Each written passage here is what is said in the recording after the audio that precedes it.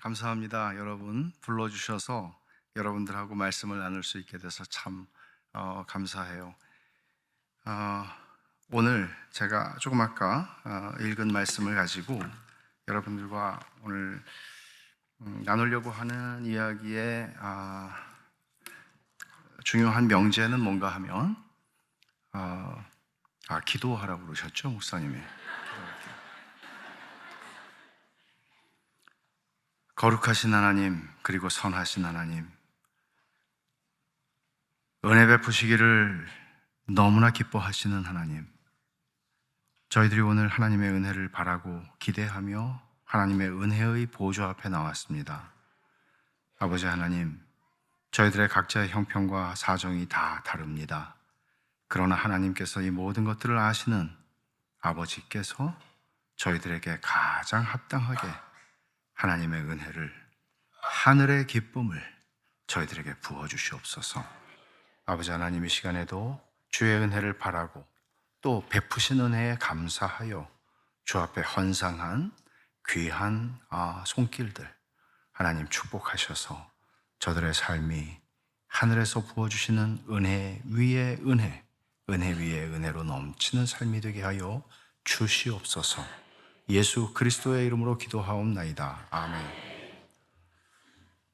조금 드릴까요?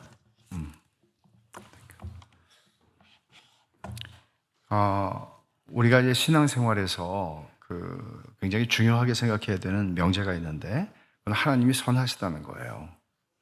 근데 이제 하나님이 선하시다는 것을 사실은 우리가 아멘 하기는 쉽지만, 사실 우리의 인생을 돌아보면 우리의 인생에 수많은 사건들이 있지 않습니까?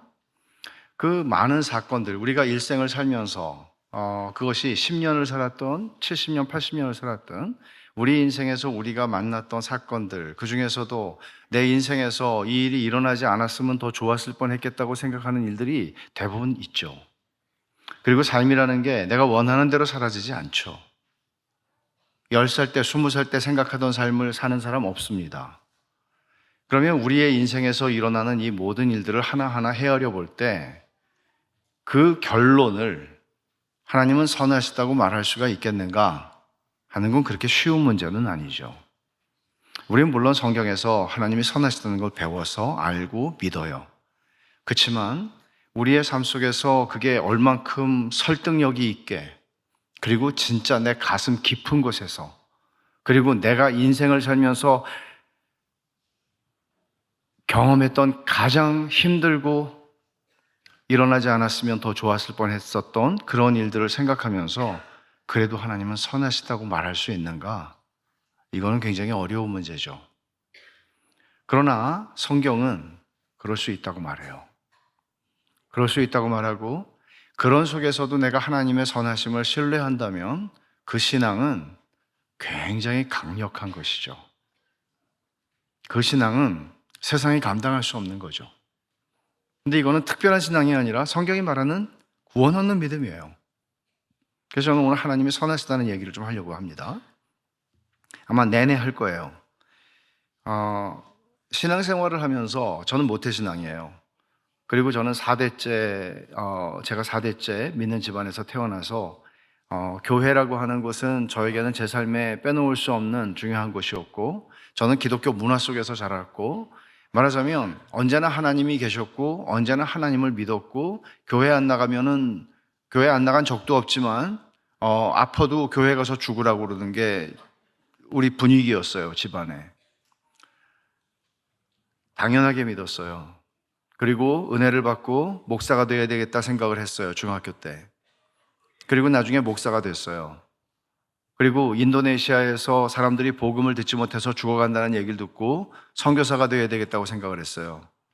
그리고 인도네시아의 수마트라 남부에 있는 한 신학교에 가서 선교사로 가르치기 시작했어요. 신혼이었죠. 20대 후반이었습니다. 굉장히 힘들었어요. 부부싸움을 이틀에 한 번씩 한 것 같아요. 제 아내가 이혼하자고 그래서 도망갈까 봐 여권을 숨겨놨어요. 한 대만 하는 사람이거든요. 근데 생각을 많이 했어요. 왜 이렇게 두렵지? 이혼 당할까봐 정말 꿈꿨어요. 우리 교단신문, 기독신문에 김영익 선교사 이혼하다 이렇게 나오는 걸 꿈에서 봤어요. 근데 왜 이렇게 불행하지 나는? 복음이 없는 사람들한테 복음을 주러 왔는데 왜 나는 행복하지가 않지? 이게 저한테는 굉장히 큰 숙제였어요. 제 아내가 많이 아팠어요. 아내가 어린애들 둘이 있는데 이 어린애들이 불쌍하다는 거예요. 하나님이 자기를 데려가실 것 같은데 불쌍하다고 그래요. 근데 저는 또 기도하면서 생각을 하죠. 왜 우리에게는 이런 두려움이 존재하는 걸까? 하나님이 우리의 인생을 책임지실 뿐만 아니라 하나님께서 우리의 인생에 하나님이 선하시다는 게 사실이라면 나도 그렇게 믿어왔고 그렇게 설교해왔고 그 복음을 그 하나님을 전해주려고 인도네시아에 왔는데 근데 왜 우리에게는 이런 두려움이 있지? 두려웠거든요. 이런 제 삶의 환경들은 젊었을 때죠. 저에게 진짜 신학을 하게 했습니다. 그러니까 신학을 한다는 것은 신학교에 가서 하는 것만은 아니죠. 진짜 신학을 하게 했어요. 진짜 질문을 던지기 시작했어요. 하나님 이게 뭡니까? 난 복음을 전해주러 왔는데 그리고 오늘 우리가 정말 춤추면서 불렀던 것처럼 하나님의 기쁨을 주고 싶어서 왔는데 저는 도대체 기쁘지가 않네요. 이거죠. 청교도 목사 가운데 헨리 스쿠갈이라고 하는 분이 있는데 27인가 29살에 돌아가셨어요. 근데 이분이 쓴 책 가운데 인간의 영혼 안에 있는 하나님의 생명이라고 하는 책이 있어요. 그러니까 이분은 친구에게 복음을 전하기 위해서 이 책을 썼어요. 책으로 내려고 쓴 게 아니고 친구에게 복음을 전하기 위해서 기독교는 이거야. 우리는 이걸 믿어. 라는 얘기를 썼는데 그게 책이 된 거죠. 헨리 스쿠갈이 얘기하는 기독교는 뭔가 하면 인간의 영혼 안에 하나님의 생명이 들어와 계신다는 거예요. 이게 기독교다라고 얘기해요. 예수님을 믿는 사람들 안에 하나님의 생명이 그 영혼 안에 심겨져 있고 들어와 있고 살아 계시다는 거예요. 한번 생각해 보십시오. 저는 남자라서 모르겠지만 아이를 잉태하고 아이를 출산해 본 여성분들은 한 생명이 내 안에 존재한다는 것을 적어도 9개월에서 10개월 정도를 경험하시죠. 신비한 일이 아닙니까? 그런데 그게 내 자식이 아니라 하나님이 내 안에 계시다는 거잖아요. 아이가 발차고 뭐 그럴 때마다 훨씬 더 느끼죠. 부인할 수 없죠. 내 안에 한 생명이 있다는 거. 나 말고 내 안에 한 생명이 있다는 걸 부인할 수가 없죠. 그죠? 남자분들이 끄떡끄떡 하는 건 뭐죠? 부인할 수가 없어요. 근데 하나님의 생명이 내 안에 들어와 있다는 거예요. 그러니까 바울은 이런 얘기를 하죠. 골로새서 1장에서 내 안에서 역사하시는 이의 능력을 따라 내가 힘을 다해 수고한다. 그러니까 바울은 알았던 거예요. 자기 안에 능력으로 역사하시는 하나님이 살아계시다는 것을 그는 알았고 경험하고 있었고 자기가 최선을 다해서 주를 섬기지만 자기의 삶 안에 아니 자기의 생명 안에 내 영혼 안에 하나님의 생명이 능력으로 역사하시는 전능하신 하나님이 계시다는 걸 알았다고요. 신비한 것이죠. 근데 헨리 스쿠갈은 이런 얘기를 합니다. 하나님의 생명이 우리 영혼 안에 들어와 계시는데 문제는 뭔가 하면 이 동거가 같이 사는 것이 마치 결혼을 했지만 더 이상 사랑해서 결혼했지만 더 이상 사랑하지 않는 사람하고 한 지붕 아래서 이혼하지는 않았지만 같이 살아가는 그런 상태로 동거하는 형태가 너무나 많다고 지적을 해요. 무슨 얘기인지 와 닿으십니까? 내 얘기구나. 한 집에서 사는데 서로 사랑하지 않아요. 근데 부부예요. 말하자면 예배당에 꼬박꼬박 나오지만 하나님이 그렇게 좋지는 않아요. 그렇지만 나는 기독교인이에요.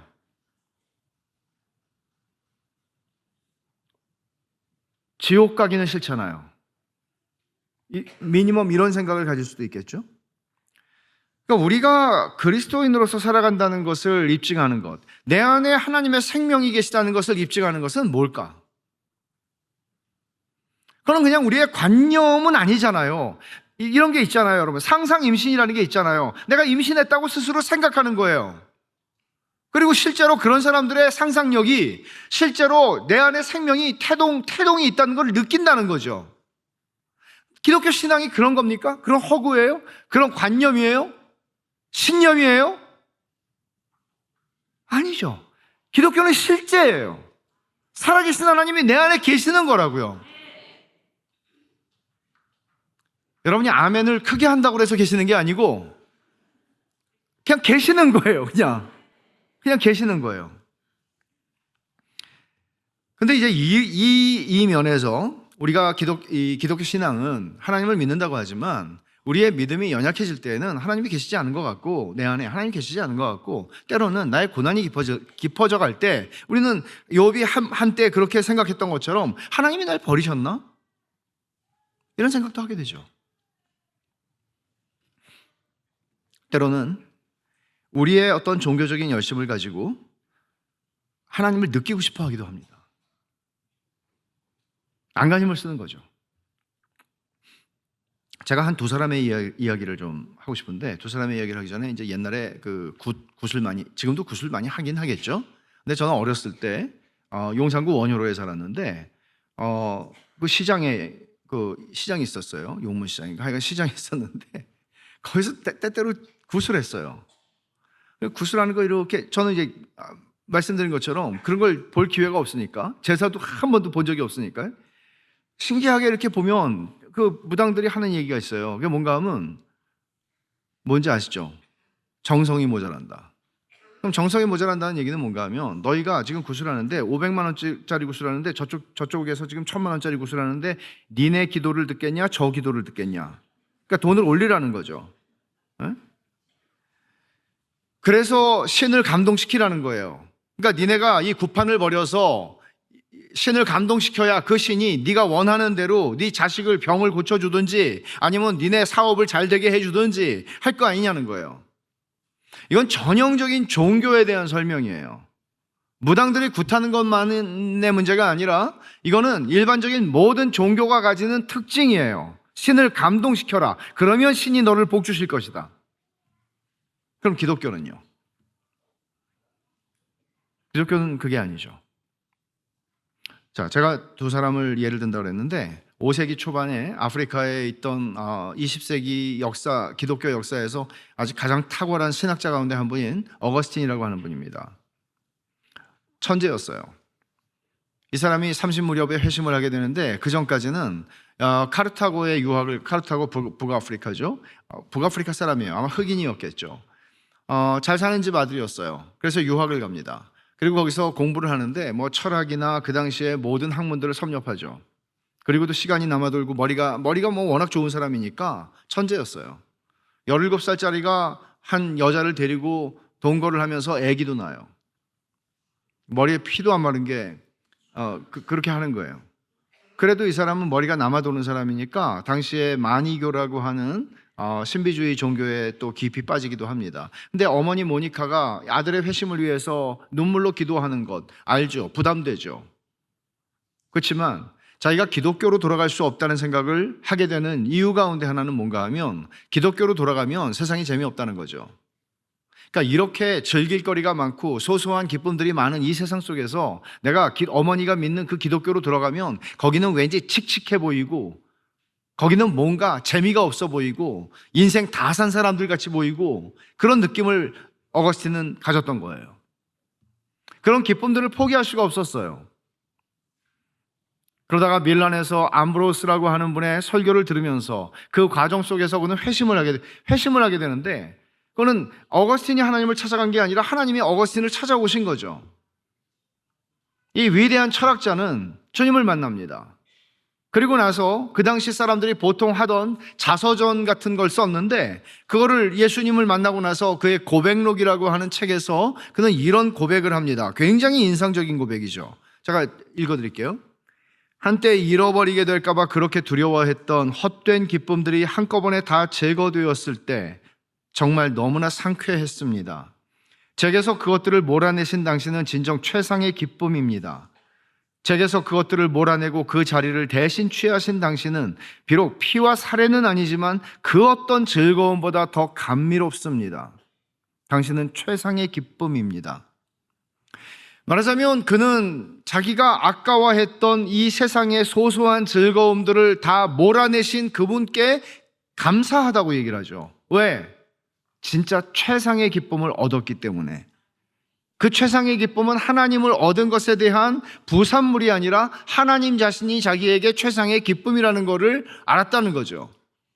그렇다면 저는 여러분들에게도 질문을 합니다. 여러분들에게도 이 말이 공감이 되고 동의가 되십니까? 여러분들의 신앙생활의 이력이 얼만큼 되는지 우리가 다 다르겠죠? 그렇지만 여러분들도 그렇게 느끼나요? 이 자리에 있는 중학생들도 그렇게 느끼고 있어요? 아니면 엄마 아빠를 보니까 정말 그런 것 같아요?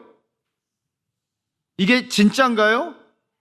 우리도 그 하나님을 동일하게 섬기고 있는 게 맞나요? 이 질문은 굉장히 도전적인 질문이죠. 왜냐하면 우리들 가운데 어떤 분들은 굉장히 종교적인 열심이 나에게 더 장착이 돼서 그렇게 배운 것으로 그렇게 갈 수도 있으니까요. 근데 우리는 정직하게 질문해야 되는 거죠. 정직한 질문은 우리의 신앙생활에서 굉장히 중요한 것입니다. 근데 정직한 질문을 잘 안 해요, 우리는. 언제 하는지 아세요? 고난이 올 때 해요. 고난이 올 때 우리는 질문해요. 하나님, 왜 그러세요? 신학적 질문이죠. 내가 왜 이런 고생을 해야 되죠? 왜 나에게 이런 일이 일어나죠? 제가 하나님한테 뭘 잘못했죠? 욥기는 그래서 질문의 책입니다. 어거스틴의 이야기를 제가 여러분에게 소개하는 이유는 이겁니다. 어거스틴이 가지고 있었던 기독교에 대한 오해는 그로 하여금 기독교로 나아갈 수 없게 만들었습니다. 기독교에 대한 오해는 뭐죠? 재미없다, 칙칙하다. 여러분 한번 여러분들의 주변에 가족이나 친지 또는 직장에서 예수님을 믿지 않는 비신자들에게, 비신자 친구들, 친한 사람들에게 한번 물어보십시오. 기독교가 어떤 것 같냐고. 나를 보면은 부럽냐고. 아니면 불쌍하냐고. 물어보세요. 굉장히 좋은 질문이 되고 좋은 대화가 열릴 거예요. 어거스틴은 기쁨의 하나님을 만났죠. 두 번째 사람, 사울이에요. 이스라엘의 초대왕 사울. 사무엘상 14장에 나오는 이야기를 제가 여러분들에게 소개를 할 텐데, 블레셋하고 전쟁이 벌어졌습니다. 근데 블레셋은 청동기 무기들을 가지고 있었고 이스라엘은 무기를 만들 수가 없었습니다. 그러니까 전력에 있어서 이거는 싸움이 되질 않아요. 근데 전쟁이 붙었는데 사울은 군인들에게 금식을 선포합니다. 우리가 이 전투를 다 싸우고 승리한 다음에 먹겠다. 우리는 금식한다. 금식하고 싸운다. 자, 여러분, 금식이라고 하는 거는 종교적인 그 행위입니다. 근데 제가 질문하는 건 이거예요. 사울이 금식을 선포한 이유는 둘 중에 하나겠죠. 하나는 믿음이 너무나 대단해서, 하나는 믿음이 너무나 없어서. 뭘까요? 금식을 한다는 행위 자체는 그 자체로 우리가 그 사람의 동기를 판단할 수는 없을 거예요. 그러나 사무엘상 14장이 우리에게 알려주는 이야기에 따르면 사울이 금식을 했던 이유는, 금식을 선포했던 이유는 승리에 대한 확신이 없었기 때문입니다. 믿음이 없었기 때문입니다. 여러분, 그 뒤로 가면 사무엘상 17장에는 이런 얘기가 나옵니다. 다윗이 골리앗하고 상대를 하죠.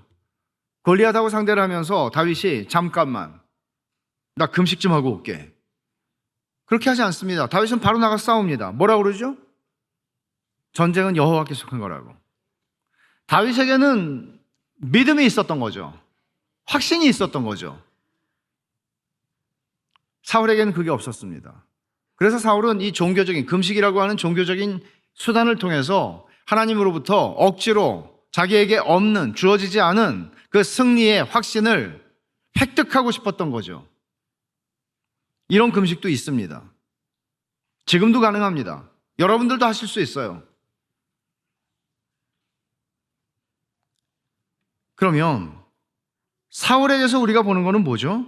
사울에게 만약에 다윗이 가지고 있었던 하나님에 대한 신뢰가 있었다면 사울도 이런 식으로 극단적인 형태로, 여러분 전쟁 나가는 이런 거예요. 월드컵 축구를 하는데 감독이 너무 믿음이 좋은 사람이에요. 믿음이 좋은 사람이 아니고 교회를 무지하게 열심히 다니는 사람이에요. 근데 믿음은 없어요.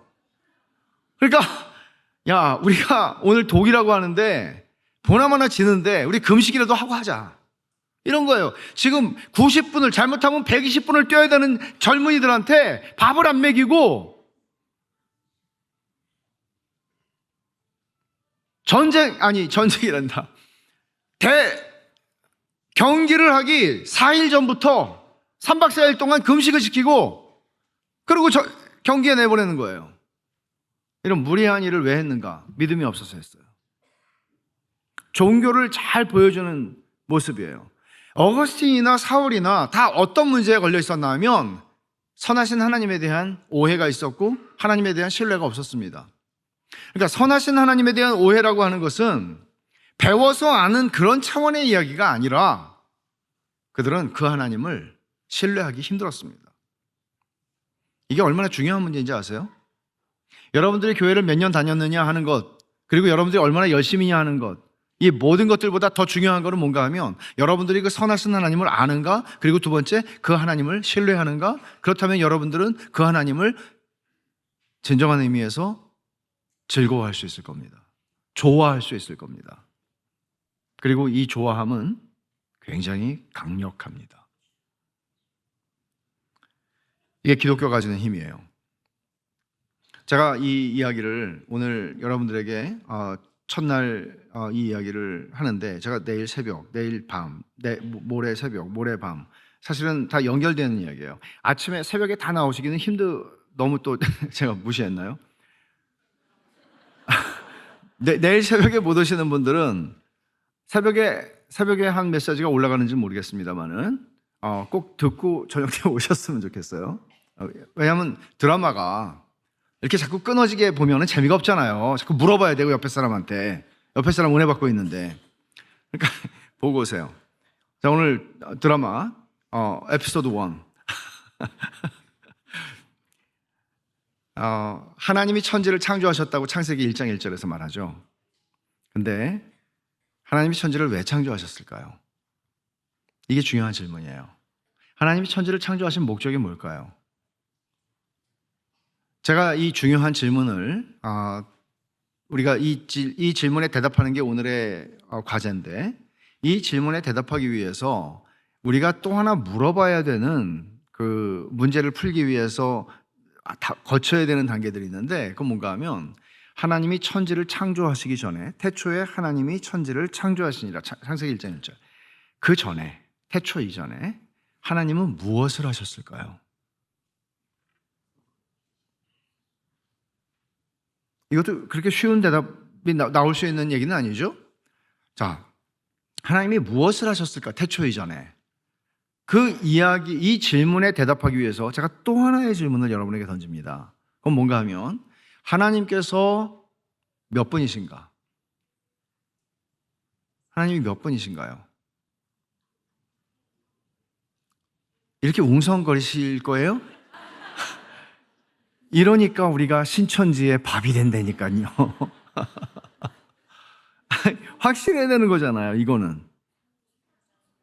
네, 정확하게 말씀하셨어요. 성부, 성자, 성령 하나님, 삼위일체 하나님이에요. 근데 여기에 문제는 뭐예요? 이 질문에는 함정이 있다는 거 여러분이 아시기 때문에 웅성거리신 거예요. 그죠? 3이라는 숫자도 있고 1이라는 숫자도 있잖아요. 그러면 한 분이라고 대답하면 제가 셋이라고 얘기할 것 같고, 세 분이라고 얘기하면 제가 한 분이라고 얘기할 것 같으셨죠? 어려운 얘기죠. 삼위일체라는 말은 성경에 나오진 않아요. 그러나 하나님은 삼위로 계시다, 그렇게 얘기하죠.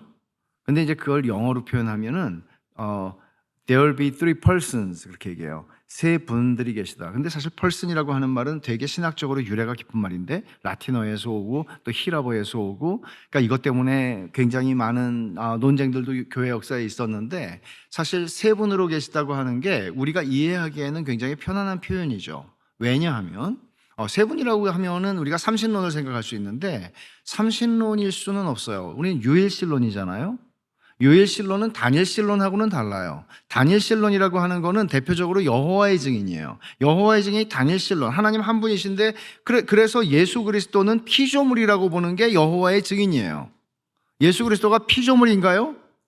아니죠. 예수 그리스도는 하나님이시죠. 그런데 두 분이시잖아요, 그러면. 그러니까 이 사람들은 다니엘신론이라고 그래요, 이거를. 우리가 유일신론이라고 얘기하는 것은 삼위일체 하나님을 믿는 것인데, 성부 하나님과 성자 하나님과 성령 하나님이 하나님이신데, 성부 하나님은 성자 하나님이 아니시며, 성자 하나님은 성령 하나님이 아니시며, 성령 하나님은 성부 하나님과 구별되신다는 거예요.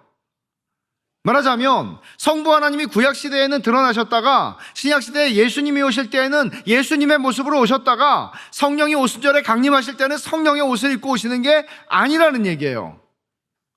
한 분이 의자가 세 개가 있는데 그 의자에 왔다 갔다 하면서 앉으시면서 역할을 하시는 게 아니에요. 하나님이 세상을 이처럼 사랑하사 독생자를 주셨으니 라고 얘기할 때 성부 하나님께서 세상을 사랑하셔서 그 사랑하는 아들 독생 성자를 이 땅에 보내셨어요. 그리고 예수님께서 보혜사 성령을 내가 또 다른 보혜사, 예수님도 보혜사시거든요. 또 다른 보혜사를 너에게 보내주겠다고 얘기하실 때 아버지께로부터 받아서 너희가 보고 듣는 이 성령을 부어주셨다. 성령도 하나님이시라고 얘기하는 거예요. 근데 세 분이 구별이 되세요. 그러나 완전히 하나이세요. 하나라고 얘기할 때 그 신성, 하나님 되심과 권능과 영원성과 이게 다 동일하세요. 그러니까 서로 갈등하고 싸우고 다투고 또 타협하고 이런 게 아니라 성부, 성자, 성령 하나님은 완전히 하나이세요. 우리의 구원을 이루기 위해서 성부와 성자와 성령 하나님이 협력하여 이 모든 것을 완전하게 성취하세요. 이게 성경이 얘기하는 삼위일체예요. 그러면 제가 여러분에게 질문한 이유는 이거예요. 성부, 성자, 성령 하나님께서 세 분이라고 우리가 이해를 한단 말이에요. 이게 삼신론을 얘기하는 게 아니라, 여러분 그 목사님이 이단 목사를 불러왔겠어요? 제 총신대 신대원 나왔으니까 우리가 믿는 장로교회만이 아니라 정통교회가 믿는 삼위일체 교리를 말씀드리는 거예요. 그러면 성부, 성자, 성령 하나님이 계시는데 뭘 하셨을까요? 천지를 창조하시기 전에. 천지 창조를 우리는 무로부터의 창조라고 얘기해요. 다시 말하면 아무것도 없었다는 얘기예요. 천지를 창조할 만한 재료가 없었어요. 아무것도 없었어요. 하나님 무로부터 창조하셨어요. 그러면 천지 창조를 하시기 전에 세 분이 계셨다는 얘기는 세 분이 뭘 하셨을까요? 제가 세 분이라고 말씀을 드리는 이유는 적어도 하나님은 태초에 천지를 창조하시는 시점까지 영원전부터 심심하지는 않으셨겠죠. 굉장히 당연한 거예요, 이거는. 그러니까 심심했다라는 것은 무슨 뜻인가 하면 행복하지 않았다는 뜻이에요. 근데 하나님은 복의 근원이세요. 말하자면 하나님이 심심해서 세상을 창조하셨다면 우리는 하나님께 어떻게 해서든지 기쁨을 만들어 드려야 돼요. 기쁨조예요. 그리고 기쁨을 만들어 드리는데 실패하면 하나님께서는 걷어치우시겠죠. 그러니까 하나님이 원하시는, 하나님이 얻고 싶어 하시는 소용 가치가 있어서 우리를 만드셨다면 우리는 하나님의 그 원하시는 가치를 만족시키는 한 우리의 효용 가치가 있는 거예요. 그렇지 않으면 쓸데없는 것이죠. 하나님이 우리에게 원하시는 게 기쁨이었다. 나 좀 심심한데 기쁘게 좀 해줘. 그렇지 않죠. 왜냐하면 하나님은 자족하신다는 말을 하거든요. 하나님은 모든 것이 충족되시는 분이세요. 그렇기 때문에 하나님은 행복하신 분이세요. 행복하신 분이기 때문에 우리에게 복을 주실 수가 있어요. 그런데 그 하나님께서 그 세 분이 뭐 하셨을까요? 이 이야기를 우리가 요한복음 17장에서 예수님께서 십자가를 지시기 직전에 기도하시는 내용을 보면 이런 내용이 나와요. 요한복음 17장을 한번 여러분 찾아보시겠습니까? 제가 성경 구절 몇 군데를 좀 찾으면서 여러분들에게 설명을 드릴게요. 요한복음 17장은 마태마가 누가복음은 공관복음이라고 그러죠. 거기서는 예수님께서 겟세마네 동산에서 이 잔을 내게서 옮기시옵소서 그러나 아버지의 원대로 하옵소서라고 기도하는 이 내용이 마태마가 누가복음에서는 공히 나와요. 그러나 요한복음에서는 그 기도 대신 요한복음 17장에 굉장히 긴 기도를 기록하고 있습니다. 이 요한복음 17장 1절을 보면 예수께서 이 말씀을 하시고 눈을 들어 하늘을 우러러 이르시되, 지금 누가 기도하는 거예요? 기도하는 분이 누구예요? 예수님이에요. 기도를 들으시는 분은요, 하나님 아버지세요. 성부 하나님이에요. 그러니까 예수님이 성자 하나님이 기도하시고 성부 하나님이 들으시는 거예요. 두 분은 구별이 되시죠? 오케이? 여기는 되시죠? 구분이 되세요. 그러면 1절에 뭐라고 주님이 기도하시는지 보세요. 아버지요, 때가 이르렀사오니, 어떤 때? 십자가를 질 때. 이걸 위해서 예수님 오셨으니까 때가 이르렀사오니 아들을 영화롭게 하사 아들로 아버지를 영화롭게 하게 없어서, 아들을 영화롭게 해주십시오. 내가 아버지를 영화롭게 할 수 있도록. 여기서 우리는 어떤 것을 보게 되나 하면 아버지와 아들의 관계, 성부 하나님과 성자 하나님의 관계는 서로를 영화롭게 하는 관계구나 하는 것을 얻게 돼요. 두 번째로 5절을 보세요. 5절에 뭐라고 얘기해요? 아버지여, 창세전에 내가 아버지와 함께 가졌던 영화로서 지금도 아버지와 함께 나를 영화롭게 하옵소서. 창세전이라고 말씀하죠. 이 말은 요한이 지금 이 기도를 듣고 있다고 가정해야 돼요. 요한이 썼으니까, 수십 년이 지나서 성령께서 기억하게 하셔서. 그러면 요한이 이 기도를 듣고 있는데 예수님이 뭐라고 기도하시는 거예요? 아버지, 우리가 세상을 창조하기 전에, 창세전에, 세상을 창조하기 전에 우리가 함께 누렸던 영광이 있지 않습니까? 이렇게 얘기하는 거예요. 그러면 요한은 예수님하고 12제자 중에서도 제일 스킨십을 많이 했던 사람이에요. 그죠? 예수님의 사랑을 받는 제자였어요. 다 사랑하셨지만 자아상이 좋은 거죠, 이 사람은. 예수님이 날 제일 많이 사랑해, 이렇게 생각하는 거예요. 근데 예수님하고 그런 관계 속에 있는 상태에서 3년 동안 우리말로 한솥밥 먹은 거예요. 근데 자기들이 고백도 했어요. 주는 그리스도시와 살아계신 하나님의 아들이라고 고백했어요. 고백의 의미가 얼마나 큰 건지 그들은 다 몰랐겠지만, 당연히 몰랐겠죠. 그러니까 바로 내가 고난을 받고 죽고 부활할 거라고 얘기하니까 주님 그러면 안 됩니다, 이렇게 나오잖아요. 그러면 그런 고백들을 했고 이분이 메시아라는 것도 알았어요. 근데 그게 어떤 방법으로 우리의 구원을 이루실 것인지에 대해서는 그들은 이해할 수가 없었지만, 근데 여기서 주님이 기도하는 걸 보면 주님은 천지를 창조한 창조주구나, 그런 얘기 아니에요. 아버지, 우리가 천지를 창조할 때 그 전에, 이렇게 지금 말씀하잖아요. 그러면 여러분이 이 기도를 듣고 있다고 한번 생각해 보세요. 요한이 되었다고 한번 생각해 보세요. 3년 동안 그분과 함께 갈릴리를 거닐었고, 그리고 팔레스타인을 지나다녔고, 예루살렘 거리를 지나다녔어요. 그분하고 한솥밥을 먹었어요. 근데 이분이 천지를 창조한 여호와 하나님이라는 얘기 아니에요. 뼈가 떨리는 얘기죠. 근데 주님 뭐라고 그러세요? 창세전에 내가 아버지와 함께 가졌던 영화로서, 내가 아버지와 함께 누렸던 영광. 1절에서 뭐라고 그러신 거예요? 아버지 나를 영화롭게 해서 내가 아버지를 영화롭게 하게 하옵소서. 그럼 여러분, 이 말은 굉장히 어려워 보이는 말인데, 왜냐하면 종교적이기 때문에요. 영광을 돌린다는 말이 무슨 뜻입니까? 저는 어렸을 때 형이가 너는 하나님께 영광을 돌리는 사람이 되어야 한다, 아주 귀에 딱지가 않도록 그 얘기를 하셨어요. 그러니까 그 얘기를 들으면 참 칙칙했어요. 그러니까 저는 뱃속에서부터 교회를 다녔으니까, 제가 뱃속에서부터 교회를 다니면서 교회에서 받은 인상은 뭔가 하면 하나님의 기호와 내 기호가 굉장히 틀리다는 걸 알았어요.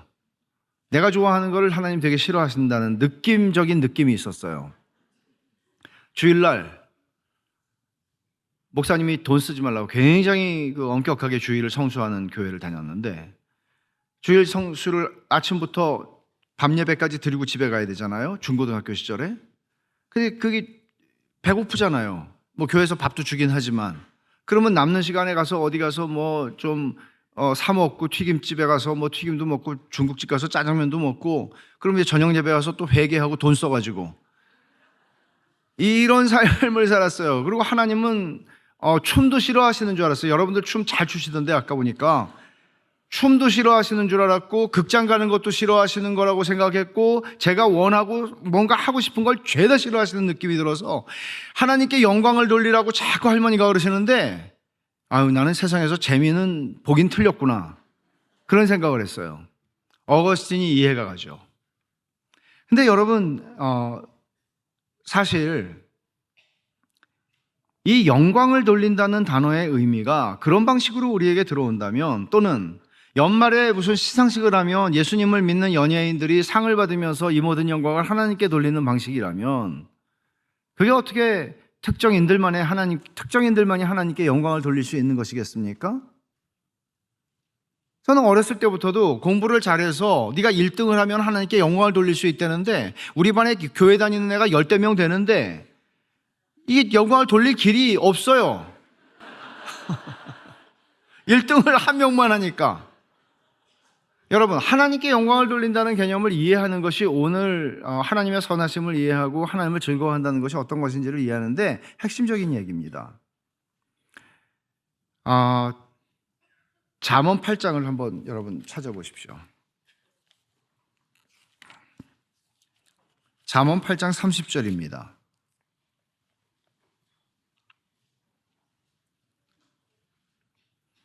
잠언 8장은 어떤 성경인가 하면 지혜가 말을 합니다. 지혜가 의인화되어서 마치 사람인 것처럼 지혜가 말을 해요. 근데 신학자들은 이 지혜가 바로 로고스, 말씀이신 예수 그리스도를 가리킨다고 얘기를 하는데 그러면 여러분 30절을 보면 내가 그 곁에 있어서 하는데 내가 누군가 하면 지혜예요. 그리고 좀 더 해석을 하자면 예수 그리스도예요. 성자 하나님이에요. 그러면 내가 그 곁에 있어서 창조자가 되어 날마다 그의 기뻐하신 바가 되었으며 항상 그 앞에서 즐거워하였으며 사람이 거처할 땅에서 즐거워하며 인자들을 기뻐하였느니라 이렇게 얘기하죠. 그럼 내가 그 곁에 있어서 창조 때 얘기를 하는 거예요. 지금 창조 때 창조자가 되어 그럼 내가 그 곁에 있었다는 거 그는 누구죠? 내가 예수 그리스도라면 그는 누구죠? 성부 하나님이세요. 성부 하나님과 성자 하나님께서 창조주가 되셔서 물론 성령 하나님도죠. 여기서는 성자 하나님과 성부 하나님을 얘기하는 거예요. 창조자가 되어 뭐라고 말씀을 하고 있어요? 어떤 것을 강조하고 있어요? 날마다 성부 하나님의 기뻐하시는 바가 되었다. 내가 성부 하나님이 나를 기뻐했대요. 날마다. 그 다음 항상 그 앞에서 나는 항상 그 앞에서 즐거워했다. 성부 하나님 앞에서 즐거워했다. 그러니까 성부 하나님과 성자 하나님의 관계는 서로를 기뻐하고 즐거워하는 관계였다는 얘기죠. 이게 예수님께서 요한복음 17장에 십자가를 지기 직전에 기도하셨던 아버지여 나를 영화롭게 하사 내가 아버지를 영화롭게 하게 하옵소서 창세전에 내가 아버지와 함께 가졌던 영광으로서 라고 하는 그 영광을 설명하는 말이에요. 이게 그렇다면 영광을 돌린다는 말은 어떤 의미인가 하면 내가 하나님께 영광을 돌린다는 말은 내가 하나님을 즐거워한다는 얘기예요. 이게 핵심이에요. 오늘 얘기에. 그래서 여러분 이거를 우리가 하나님께서 천지를 창조하시기 전에 무엇을 하셨는가? 그럼 하나님께서는 바로 이걸 하셨어요. 기뻐하시고 즐거워하셨어요. 서로를. 이거를 쉬운 말로 얘기하면 교제했다 이렇게 얘기해요. 성부, 성자, 성령 하나님은 교제하셨다. 사귐을 가지셨다. 그 사귐에 대해서 요한일서에서 사도 요한은 또 말하죠. 사귐. 삼위 하나님의 사귐. 영원토록 삼위 하나님의 사귐은 근데 어떤 특징이 있냐면 교회에서 우리들도 교제해요. 코이노니아를 해요. 근데 문제는 그러다가 사고가 나죠. 삐지는 일이 일어나고 화를 내는 일도 일어나기도 하고 더러는 이런 일들이 일어나죠. 근데 삼위 하나님은 완전하신 하나님께서 하나님이 하나님을 기뻐하셨다. 성부 하나님이 성자 하나님을 기뻐하셨다는 얘기는 무슨 뜻인가 하면 하나님의 눈은 완전하시죠. 그 완전하신 눈이 만족할 수 있을 만큼 즐거워할 수 있는 존재는 누굴까요? 하나님밖에 없어요. 완전한 존재여야만 하나님을 만족시킬 수가 있어요. 여러분, 사람도 이런 말을 우리가 하지 않습니까? 너는 눈이 높아서 고생하는 거야. 특정인을 대상으로 한 얘기 아닙니다. 눈이 높아서 고생해. 눈이 높으면 고생하죠. 근데 하나님의 눈은 높은 정도가 아니고 완전하세요. 그 완전하신 하나님을 만족시켜 줄 수 있는 존재는 하나님이세요. 그러니까 삼위 하나님의 사귐 속에서는 완전한 기쁨이 충만했어요. 거기에는 조금의 잡음도, 조금의 불협화음도, 조금의 문제도, 조금의 다툼도 일어날 수 없었어요. 완전한 사귐 가운데에서, 여러분들도 그렇지 않아요? 정말 우리가 한계가 있지만 누군가 말을 하기 시작했는데 이 사람하고 나하고는 마치 영혼의 대화를 나누는 것 같이 정말 찰떡같이 알아듣고 너무나 깊은 수준에서 내 말하지 않은 것까지 다 알아듣는 것 같은, 그러면 정말 친구가 되죠. 이게 때때로 일어나는 일이 아니라 영원토록 삼위 하나님 안에서는 이런 교제가 존재했다는 거예요. 그러면 뭐가 발생할까요? 거기서 기쁨이 발생하는 거예요. 이게 조나단 에드워즈라고 하는 신학자가 설명한 방식이에요. 영원한 사귐 속에서, 그 영원한 사귐 속에서 완전한 기쁨과 행복이 넘쳐 흘렀다. 그런데 없잖아요. 아무것도 없잖아요. 창조하기 전에는. 그러자 성부, 성자, 성령 하나님께서는 세상을 창조할 계획을 세우세요. 무엇보다도 하나님의 형상으로 사람을 창조하실 것을 계획하세요. 왜? 그 기쁨을 부어주고 싶어서. 이게 하나님이 천지를 창조하신 동기예요. 천지를 창조하신 동기예요. 말하자면 기쁨이 흘러넘칠 때 삼위 하나님께서 그 안에서, 삼위 하나님 안에서 누리시던 그 기쁨의 충만함이 막 흘러넘치는 거예요. 콸콸콸콸. 이거를 부어주고 싶었어요. 왜? 하나님은 선하시니까요. 그래서 하나님의 형상으로 사람을 만드세요. 근데 하나님은 영이시잖아요. 하나님의 형상으로 사람을 만들었다는 건 어떤 의미예요? 하나님의 형상이라는 것은 눈, 코, 귀, 입이 있다 이런 얘기가 아니죠. 하나님의 형상이라는 것은 하나님의 도덕적 성품을 우리가 물려받았다는 의미만이 아니라 하나님과 소통할 수 있는 존재로 만드셨다는 뜻이에요. 여러분, 개들은 하나님하고 소통할 수 없어요. 아시죠? 제가 미국에서 목회할 때 어느 집 신방 갔는데 기도하고 이제 집에 가려고 일어나려고 그러는데 기도하자고 그랬더니 갑자기 잔! 그래서 이 집 애가 잔이 아닌데 그냥 개새끼, 미안해요. 강아지가 한 마리 이렇게 막 뛰어와요. 그랬더니 영어로 말하든가 걔가 영어를 알아듣든가 하여간 기도하자고 그러니까 걔가 아빠를 모으더라고요. 그래서 이게 좀 심하다. 분명한 건 걔가 아멘은 안 했어요. 아멘은 안 했어요. 근데 사람하고만 하나님 의사소통하시죠. 사람은 하나님과 소통할 수 있는 존재예요. 그게 하나님의 형상이라는 이 점의 특징이에요. 그러면 하나님께서 무엇을 소통하려고 하셨나 하면 기쁨을 소통하시는 거예요. 그러면 기쁨을 주시면 우리는 기쁨을 받겠죠? 그럼 어떻게 될까요? 하나님이 우리에게 기쁨을 주시면 우리는 기쁨 받았어 그렇게 얘기하지 않아요. 일반적으로 우리 종교적 언어를 써요. 그게 뭐예요? 은혜 받았어. 아시는군요. 은혜 받았어라는 말 써요. 근데 은혜 받은 사람들의 증거가 뭔지 아세요? 기쁜 거예요.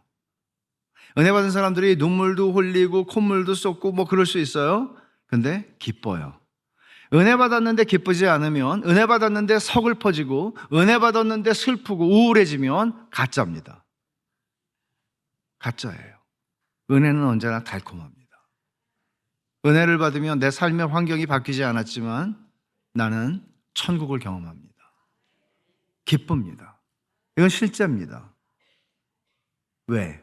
하나님이 기쁨을 주신 거니까. 그리고 나는 은혜를 받았다고 그래요. 그러면 은혜를 받은 사람이 뭘 할까요? 은혜를 받은 사람은 뭘 할까요? 춤을 추든가, 기뻐하고, 감사하든가, 노래를 부르든가, 하나님을 향해서. 이런 모든 것들을 우리는 예배라고 말할 수 있을 거예요. 예배라고 하는 이 영어 단어 worship이라고 하는 말은 worthy라고 하는 말에서 나온 건데, 이게 무슨 말이에요? 그 합당하게 여기다, 그 가치를 인정하다. 그러니까 하나님과 같은 분은 없습니다. 하나님이 최고예요. 이게 예배예요. 하나님, 우리 일주일 동안 살다 왔는데 하나님과 같은 분은 없습니다. 누가 주와 같은 신을 어디서 우리가 만날 수 있습니까? 주님과 같은 분은 없습니다. 이게 예배예요. 이게 그냥 입술에서 나오는 게 아니라 우리의 삶의 고백으로 하나님을 향해서, 하나님밖에 없습니다, 하나님만이 예배를 받으시기에 합당하세요. 이게 예배예요. 그럼 우리는 하나님이 기쁨을 주시며 기쁨에 대한 반응은 예배로 나타나죠. 그럼 하나님은 뭘 받으실까요? 영광을 받으시죠. 이 구조를 아시겠어요? 이거는 종교와 기독교를 다르게 만드는 것입니다. 종교는 뭔지 아세요? 종교는 아까 제가 말한 것처럼 신을 감동시켜야 돼요. 그래야 그 신이 움직여요, 나를 위해서. 근데 기독교는 뭐예요? 하나님이 우리를 감동시키세요. 우리가 먼저 할 수 있는 게 아무것도 없어요. 죄인이기 때문에. 전적으로 부패한 죄인이기 때문에. 우리가 하나님을 위해서 할 수 있는 게 아무것도 없어요. 우리가 죄인 되었을 때에 하나님께서 우리에게 찾아오시는 거예요. 당신의 사랑을 확증하시는 거예요. 우리가 연약하여 아무것도 할 수 없을 때 하나님께서 우리에게 찾아오시는 거예요. 우리가 하나님과 원수가 되어 있는 상태에서 하나님이 먼저 우리에게 찾아오시는 거예요. 이게 복음이에요. 그때 우리는 반응하는 거죠. 하나님, 제가 무엇이 간데? 아무 자격도 없고 제가 하나님 앞에 무관심했고 하나님이 욕이나 하고 돌아다녔고 그러던 저에게 하나님, 이게 뭡니까? 무슨 은혜로 제가 지금 이 자리에 와 있어? 하나님의 은혜를 받고 이 자리에 와 있습니까? 이거예요. 그럼 여러분, 이거를 좀 정리를 해드릴게요. 하나님을 영화롭게 한다는 개념은 하나님을 기뻐한다는 거예요. 즐거워한다는 거예요.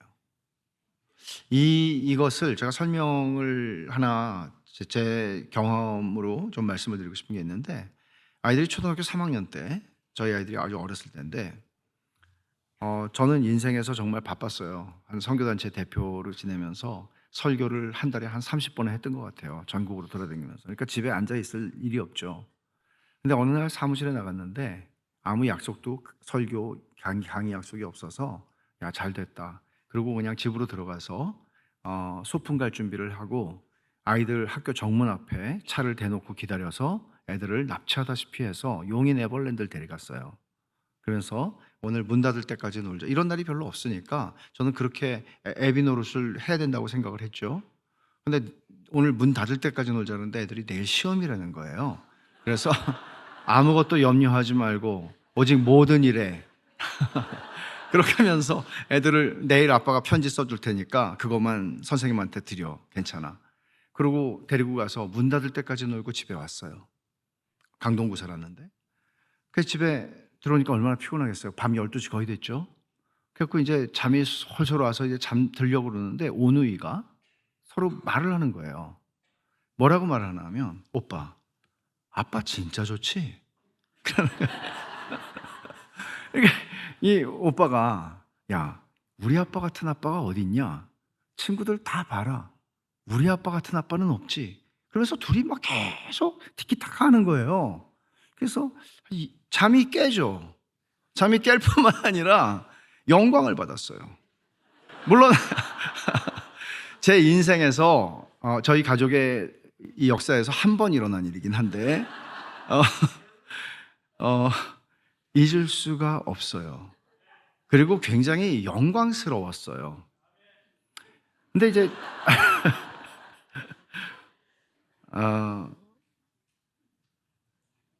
이런 거구나 하는 깨달음이 왔어요. 근데 이제 보세요. 제가 이걸 우리의 기독교에 맞춰서 설명을 드리면, 얘네들은 아빠를 즐거워하고 있었죠. 아빠를 진정으로 즐거워했죠. 아빠가 돈을 줘서가 아니라 아빠를 정말 즐거워했어요. 그래서 영광을 받았어요. 근데 거기서 끝나지 않았어요. 그들은 뭘 하고 있었죠? 그러니까 그들은 사실은 예배를 드리고 있는 거예요. 우리 아빠 같은 아빠는 없어. 주와 같은 신은 없으며 예배를 드리고 있는 거예요.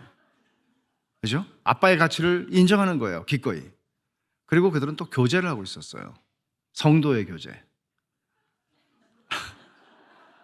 하나님이 너무 좋으세요. 근데 다들 꿀 먹은 벙어리처럼 눈만 껌뻑껌뻑하고 반응이 없으면 그거 어떻게 교제가 돼요?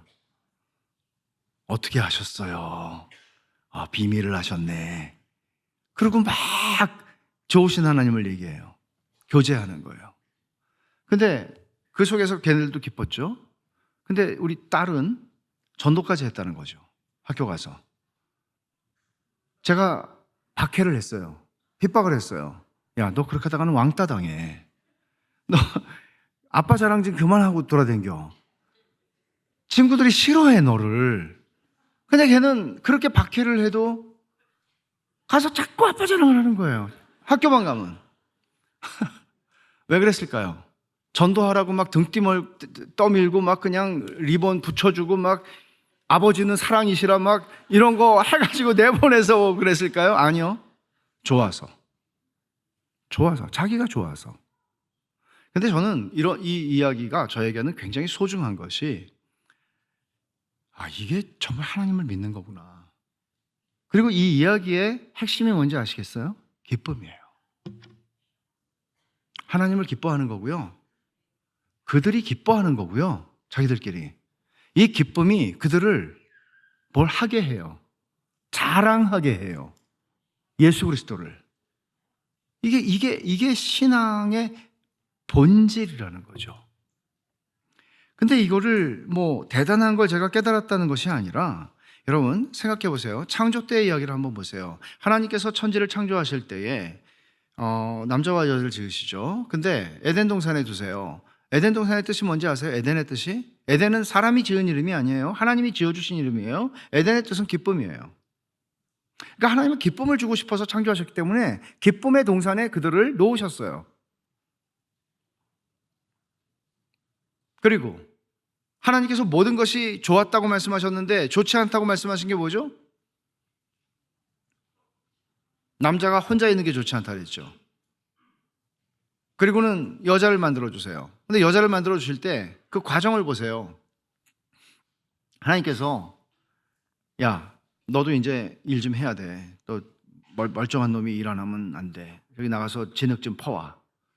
진흙 퍼와서 저기 너 만들고 싶은 대로 한번 만들어봐. 별 모양으로 만들든지 공 모양으로 만들든지 만들어봐.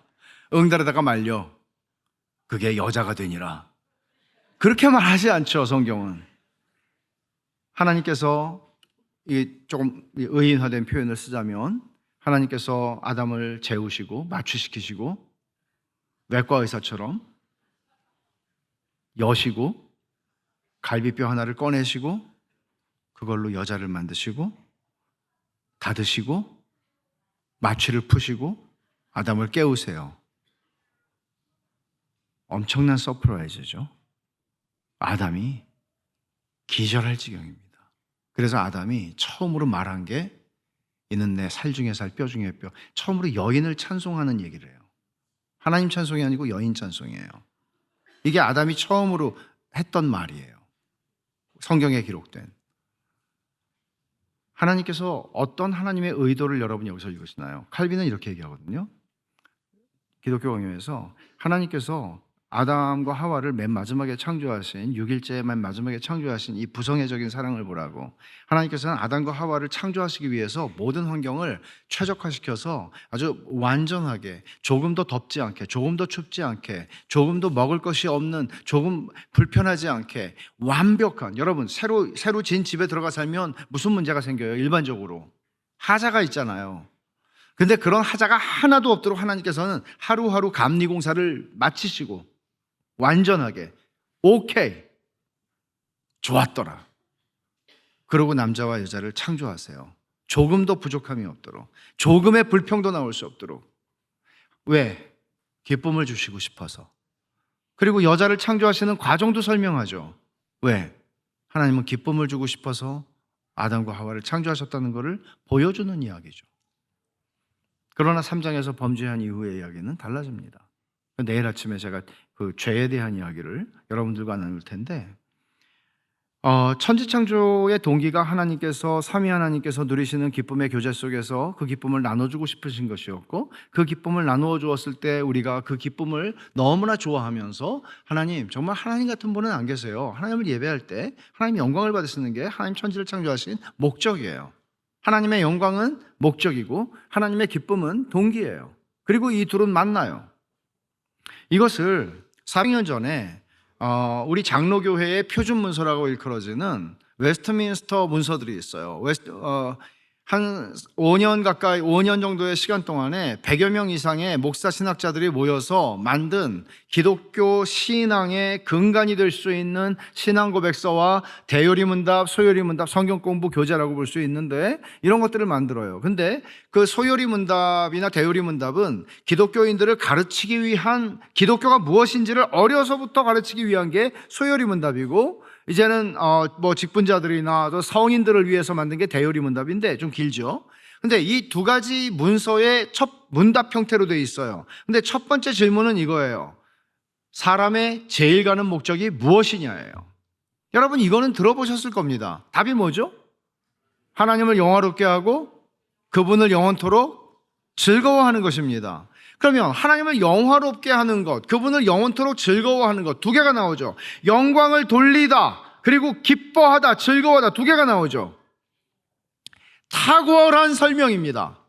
인간의 존재 목적이에요. 여러분들과 제가 얼마나 많은 돈을 버느냐, 우리가 얼마나 많은 성취를 이루느냐, 얼마나 대단한 일을 하느냐, 우리가 어떤 직업을 가지는 이런 차원의 문제가 아니에요. 우리의 인생이 언젠가는 하나님의 심판대 앞에 서게 될 거예요. 그리고 그때 우리 인생이 잘 살았는지 못 살았는지는 뭘로 평가되는가 하면, 하나님이 인생에게 주신, 각자의 삶에 주신, 하나님의 형상들에게 주신 변개할 수 없는 그 목적에 달려 있어요. 그게 뭐예요? 하나님을 영화롭게 하는 거예요. 그리고 하나님을 즐거워하는 거예요. 근데 이게 두 개입니까? 아니에요. 하나예요. 제가 설명드린 것처럼 하나님을 영화롭게 할 수 있는 방법이 뭐예요? 여러분들이 쌍코피 터지게 뭘 하는 거예요? 아니에요. 오해하지 마세요. 그건 결과예요. 하나님을 영화롭게 하는 길은 하나밖에 없어요. 뭐예요? 하나님을 즐거워하는 거예요. 근데 하나님을 즐거워한다는 말을 저는 어렸을 때 되게 오해했어요. 왜냐하면 제 할머니가, 형이가 너는 하나님을 기쁘시게 하는 삶을 살아야 돼, 늘 그러셨거든요. 근데 이게 여러분, 하나님을 기쁘시게 하려면, 예를 들어서 여러분들이 여러분의 직장에서 아주 까다로운 보스를 만났는데 그 사람을 기쁘게 하려면 얼마나 힘들어요. 간이고 쓸려고 다 빼줘야 되잖아요. 그 사람을 기쁘게 하기 위해서 나는 희생이 돼야 되잖아요. 나는 찌그러지고 나는 슬퍼야 되잖아요. 근데 그런 개념입니까? 하나님을 기쁘시게 한다는 게? 아니죠. 하나님은 까다로운 보스가 아니시니까. 그러면 하나님은 어떤 분이세요? 선하신 하나님이에요. 그러니까 하나님을 기쁘시게 한다는 표현을 쓸 수 있었어요. 이 웨스트민스터 신학자들도. 근데 기쁘시게 하다, please라고 하는 영어 단어가 있는데 그 단어를 쓰지 않았어요. 이 사람들은. 어떤 단어를 썼을까요? 인조이 한다는 단어를 썼어요. 여러분, 인조이 한다는 거, 노세 젊어서 노세 뭐 이런 분위기잖아요. 엔조이 해야 돼. 막 이런 말 하잖아요. 뭐 춤추러 가고, 뭐 여기서 추지 뭐 거기까지 가요. 제가 광주에 가서 산 게 10년이에요 지금. 근데 광주에 처음에 10년 전에 갔을 때 터미널 앞에 굉장히 큰 건물에 자유라고 써 있어요. 나이트클럽이에요. 그래서 제가 그랬어요, 우리 교인들한테. 저거는 우리 용어인데 저기서 춤추면서 자유를 누리는 게 아니고 그건 교회가 써야 되는 우리 단어인데 뺏겼다고. 근데 거기 다 이제 무너지고 아파트가 세워졌는데, 여튼 우리는 하나님을 즐거워한다는 거, 인조이 한다는 거예요. 그럼 여러분, 하나님을 인조이 한다는 게 뭐가 특징인가 하면, 여러분들이 좋아하는 거 있죠. 좋아하는 걸 하시면 피곤하지 않아요. 그죠? 어떤 사람들은 제가 미국에서 목회할 때는 대서양까지 한 3시간 차를 타고 가야 돼요. 근데 금요일날 저녁까지 열심히 힘들게 일을 하신 분들이 밤에 또 대서양으로 가서 낚시를 해서 토요일날 밤새고 토요일날 잡아가지고 와요, 고기를. 그래서 제가 아니 그거 하인들이나 시키지 왜 이렇게 사서 고생이냐고, 이걸 안 하면 기운이 없어서 살 수가 없대요. 즐기는 거죠. 근데 하나님을 우리가 즐기는 대상이라고 지금 이 웨스트민스터 신학자들은 얘기를 하는 거예요. 하나님이 너의 즐김의 대상이 되게 하라는 거예요. Enjoy God. 하나님을 enjoy해라. 어떻게? Forever. 영원히. 엄청난 얘기죠. 그러니까 하나님을 인조이함으로써 너희는 하나님을 영화롭게 할 수 있어, 이 얘기를 하는 거예요. 이게 우리 인생의 최고의 목적이래요. 내가 돈을 얼마나 많이 벌었느냐와 상관없고, 내가 얼마나 성공했느냐와 상관없고, 하나님을 인조이함으로써 하나님을 영화롭게 하는 거. 그러면 그 사람의 성공, 그 사람이 하나님을 인조이한다면 그 사람 안에 뭐가 생길까요? 기쁨이 생기죠. 기쁨이 생기죠. 그래서 미국의 존 파이퍼 목사님은 이 말을 굉장히 잘 표현을 했어요. 어떻게 표현을 했냐면, 우리가 잘 들어보세요. 우리가 하나님 안에서 최고로 만족을 누릴 때 하나님은 우리 안에서 최고로 영광을 받으신다. 우리가 하나님 안에서 최고로 만족스러워한다면 하나님은 우리 안에서 최고로 영광을 받으신다는 거예요. 제가 아까 저희 아이들 얘기한 거 생각나시죠? 그 아이들은 아빠 때문에 정말 만족스러워했어요.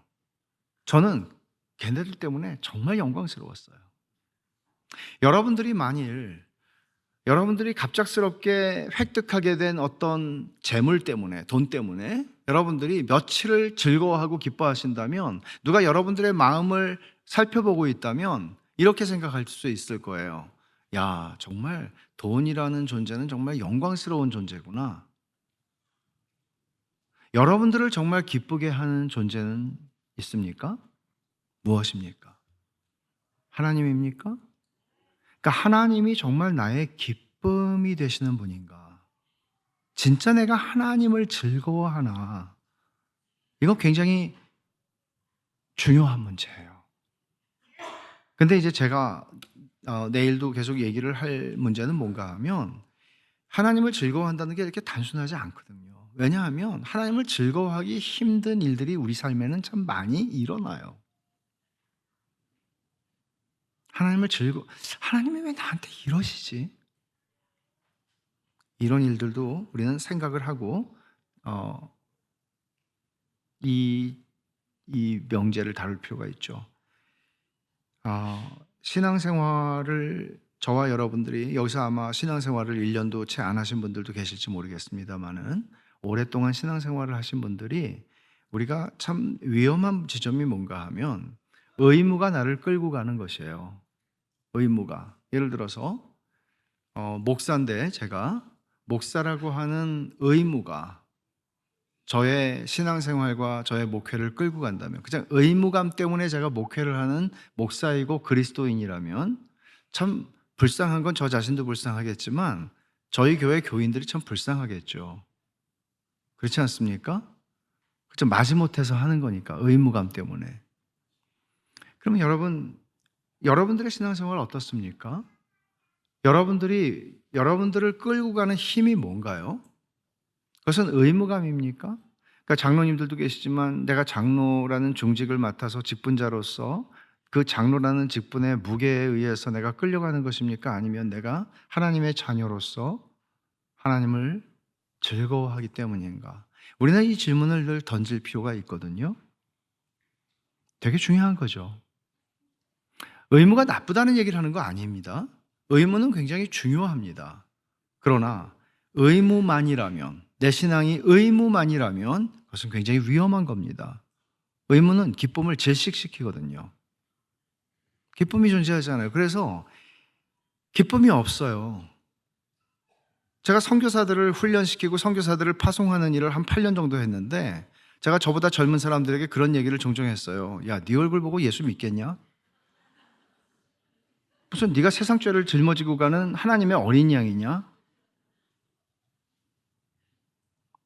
그러자면 우리가 기뻐한다는 거는 존재론적인 기쁨이에요. 이거는 어떤 무슨 로또가 되고 뭐 이런 좋은 일이 생기고 이런 게 아니고, 우리는 근본적으로 기뻐요. 그래서 바울은 빌립보서에서 그렇게 많이 반복한 것이고, 심지어 고난 가운데 있을 때도 고린도 사람들은 바울이 항상 근심하는 자 아니야? 라고 생각했지만 바울은 이렇게 말하죠. 근심하는 자 같으나 나는 항상 기뻐하는 사람이야 라고 말합니다. 이게 그리스도인이란 말이에요. 로또에 당첨된 사람이 기뻐하는 기쁨과는 다른 차원의, 그리고 그와 비교할 수 없는 수준의 기쁨을 누리는 것입니다. 그래서 이 기쁨은 주님 말씀대로 빼앗길 수 없는 겁니다. 제가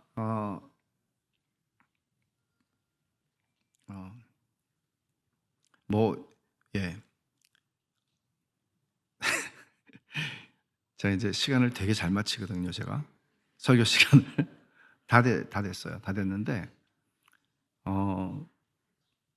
야구를 보러 가면 때때로 연장전 하잖아요. 승부가 안 나면. 그러니까 사람들이 그러면 불평하는 사람이 없고 좋아해요. 더 우리가 야구보다 못하단 말입니까? 뭐 이런 얘기를 하고 싶은 건데 좀 생략하고 좀 많이 갈게요. 뭐 내일도 있고 모레도 있고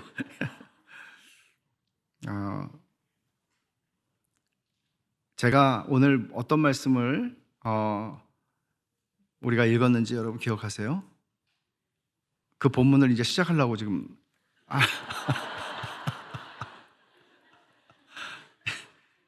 예레미야 보세요. 요거 설명하고 마치려고 그래요. 짧게 설명하고 마치려고 그래요. 걱정하지 마세요. 이거는 이제 결론으로 쓰려고 읽은 말씀이니까.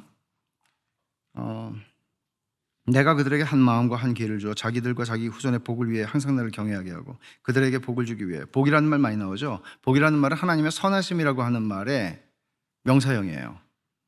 그러니까 복을 준다는 말은 이런 뜻이에요. 하나님께서 우리에게 당신의 선하심을 베풀어 주신다는 뜻이에요. 아시겠죠? 그렇게 읽으셔야 돼요. 그러면 내가 그들에게 한 마음과 한 길을 주어, 한 마음 한 길을 주어서 자기들과 자기 후손의 복을 위해 그들과 그들의 후손에게 내가 선을 베풀어 주기 위해서 항상 나를 경외하게 하고. 하나님을 경외하게 한다는 말은 어떤 의미인가 하면 하나님을 예배하게 한다는 말이에요. 예배한다는 말 아까 여러분 이해하셨죠? 하나님의 가치를 인정하는 거예요. 하나님 같은 분은 안 계십니다. 근데 하나님이 그렇게 하기 위해서 뭘 한다는 거예요? 한 마음과 한 길을 주신대요. 이거는 새 언약이라고 하는 예레미야 선지자가 얘기했던, 예언했던, 말하자면 우리의 마음에 중생을 주시겠다고 하는, 말하자면 인간의 영혼 안에 하나님의 생명이 들어오게 하시겠다는 것을 설명하고 있는 얘기예요. 예언하고 있는 얘기예요. 그러면 이 말씀은 한 마음, 새 마음을 주신다는 거예요. 새 마음을 줘서 하나님을 예배하고 싶게 하겠다는 거예요. 근데 어떻게? 그러니까 우리 인간은 본래 자기밖에는 예배할 대상이 없는 존재예요. 그게 죄인의 본성이에요. 자기를 예배해요. 그런데 하나님은 새 마음을 주어서 하나님을 예배하게 하겠대요. 자, 그 다음 절을 보세요. 40절.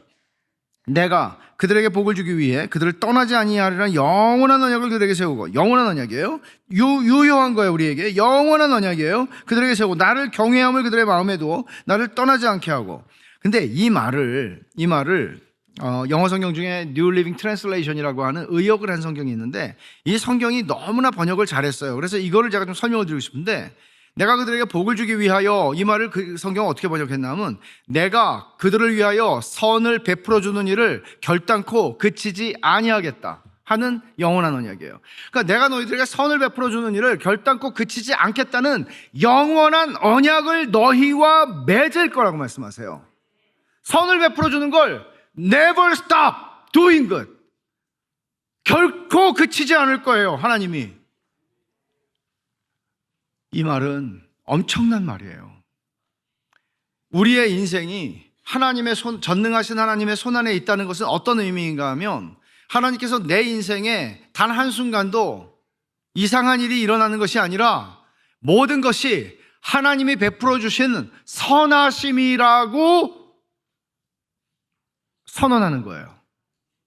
근데 보세요. 표면적으로 나타나는 일이 정말 그런가?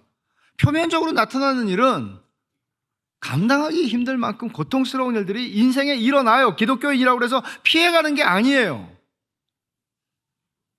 근데 하나님은 뭐라고 말씀하세요? 그게 내가 너에게 지금 선을 베풀어주고 있는 중이야 라고 말씀하세요. 엄청난 얘기예요. 그렇게 해서 어떻게 한다는 건가 하면 나를 경외하게 하고 라고 지금 말하죠. 그러니까 우리의 예배는 어떻게 되는 건가 하면 하나님이 내 마음을 내가 아무리 돌 같은 마음이고 아무리 냉랭하고 아무리 얼음장 같은 마음이라도 하나님이 나에게 선을 베풀어 주고 내가 예수 믿기 전에도 그렇게 해서 내 마음을 감동시키셔서 나를 굴복하게 하시고 하나님을 예배하게 하시겠다는 얘기예요. 저와 여러분은 그래서 이 자리에 있는 거예요. 그리고 앞으로도 마찬가지예요. 복음이죠. 그렇잖아요? 어떤 신이 주도적으로 네가 나를 감동시켜봐, 네가 나한테 돈 좀 내봐, 네가 나한테 좀 헌신을 해봐, 네가 나를 위해서 죽어봐, 그러면 내가 너한테 해줄게. 다 그래요, 종교는. 근데 하나님은 하나님하고 아무 상관도 없이 살아가던 우리들에게 찾아오셔서 내가 너에게 선을 베풀어 주기를 결단코 그치지 않겠다는 영원한 언약을 너와 세우마. 일방적으로. 그리고 우리를 위해서 그 아들을 아끼지 않고 내어주시는 거죠. 그래서 우리를 예배하게 하는 거예요. 하나님 같은 분은 없습니다. 예배하는 인생이 되게 하는 거예요. 그 말을 오늘 웨스트민스터 소요리문답 일문으로 하면 하나님을 즐거워하게 하는 거예요. 하나님을 영화롭게 하는 인생이 되게 하는 거예요. 41절. 내가 그들에게 복을 주기 위해 41절. 내가 기쁨으로 그들에게 복을 주되 분명히 내 마음과 정성을 다해 그들을 이 땅에 심으리라. 기쁨으로 그들에게 복을 준다고 말씀하시는데 기쁨으로 너에게 선을 베푼다고 말씀하세요. 마음과 정성을 다해서요. 그럼 여러분, 이 미국 사람들이 하는 말 중에 이런 말이 있죠. 너무나 고마워요. 정말 은혜를 잊지 않을 것 같아요. 이렇게 힘든 일을 저를 위해서 해주시다니요. 이렇게 말하는데 그 사람이 뭐라고 그러나 하면 My pleasure. 나의 기쁨이에요. 당신을 도와준 건 나의 기쁨이에요. 이렇게 표현하는 거예요. 저는 그 영어 표현이 여기서 나온 거 아닌가 싶어요. 하나님이 이렇게 말씀하시는 거예요. 하나님, 저 같은 인생에게 선을 베푸시는 일이 지겹지 않으세요? 배은망덕하고 하나님의 은혜를 받아도 또 돌았으면 딴짓하고 있고 넘어지기를 걸핏하면 넘어지고 있고 그런 저를 위해서 하나님 그렇게 해주시는 게 힘들지 않으세요? 네, 뭐라고 그러세요? 나의 기쁨이야. 왜냐하면 그게 하나님의 성품이니까. 그게 하나님의 성품이니까. 이런 하나님의 선하심을 우리가 알지 못한다면 하나님을 즐거워한다는 것은 택도 없는 소리죠. 하나님이 종잡을 수 없는 분이고 만족시킬 수 없는 분이고 어떻게 하실지 모르는 하나님이고 늘 화가 나 계시는 하나님이고 우리의 죄를 쥐잡듯이 잡으시는 하나님이고 그런 하나님이면 우리 그 하나님을 즐거워할 수가 없죠. 근데 성경은 그렇게 말하는 거예요. 내가 너에게 선을 베풀어 주는 일을 결단코 그치는 일이 없을 거야. 이걸 뭐라고 그래요? 영원한 언약이라고 해요. 영원한 언약이라고. 그래서 데니얼 풀러라고 하는 신학자는 이런 얘기를 합니다. 하나님의 사명 선언문이 있는데 그러니까 이 사람이 이렇게 사람처럼 표현을 하는 거죠. 하나님의 책상 머리 앞에 액자에 딱 걸려 있는 나의 사명은 무엇이다 이렇게 써놓은 게 있는데 하나님이 나의 사명은 밑줄을 딱 긋고 당신의 이름을 거기다 쓰래요. 그리고 를 섬기는 것이다. 그러면 저는 어떻게 읽어야 돼요? 하나님께서 나의 사명은 형이기를 섬기는 것이다. 말이나 되는 소리입니까? 제가 하나님을 섬겨야죠. 근데 하나님 그렇게 하신대요. 성경적인 얘기예요. 예수님께서는 나는 섬김을 받으려고 온 게 아니야. 섬길 뿐만 아니라 내 생명을 대속물로 주기 위해서 왔어라고 말씀하세요. 이런 거죠. 말하자면 여러분들이 지금까지 살아오신 삶의 모든 날들 단 하루도 예외 없이 365 곱하기 횟수 단 하루도 하나님께서 여러분보다 늦게 일어나신 적이 없고 하나님께서는 우리보다 먼저 일어나셔서 우리의 하루를 일정을 아시고 계획하시고 축복하시고 우리에게 선을 베푸시기를 정하시는 하나님. 그렇게 해서 오늘 우리까지 여기까지 왔고 우리가 주님이 부르시는 날까지 그렇게 갈 거예요. 이게 예수를 믿는 사람들이 누리는 복이에요. 그리고 이것 때문에 우리는 미쳐서 돌아가는 세상을, 지옥 같은 세상을 살아갈지라도 우리는 기뻐할 수 있어요. 이걸 놓치지 않으셔야 돼요. 근데 이게 힘들어요.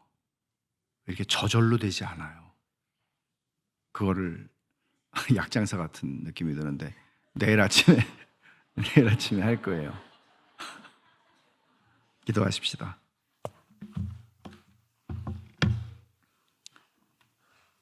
하나님 아버지, 참 감사합니다. 하나님이 이렇게 선하신 분이셔서 너무나 감사합니다. 저희가 하나님의 눈치를 보면서 살게 하지 않으셔서 감사합니다. 저희가 하나님의 아들과 딸이 되어서 기쁨과 감사함과 자유함을 가지고 하나님을 마음껏 섬길 수 있어서 감사합니다. 잘못하고 죄를 져도 하나님 앞에 나오면 용서하시고 끌어안아 주시는 하나님이셔서 감사합니다. 하나님 아버지, 이런 하나님이 어디에 있습니까? 그래서 저희는 하나님을 즐거워하고 싶고 더 좋아하기를 원합니다. 하나님 아버지, 하나님이 너무나 좋아서 일생 하나님을 섬기고 하나님께 저희 자신을 드리는 삶을 살게 해 주시옵소서. 기쁨으로 그렇게 살게 하여 주시옵소서. 예수님의 이름으로 기도하옵나이다. 아멘.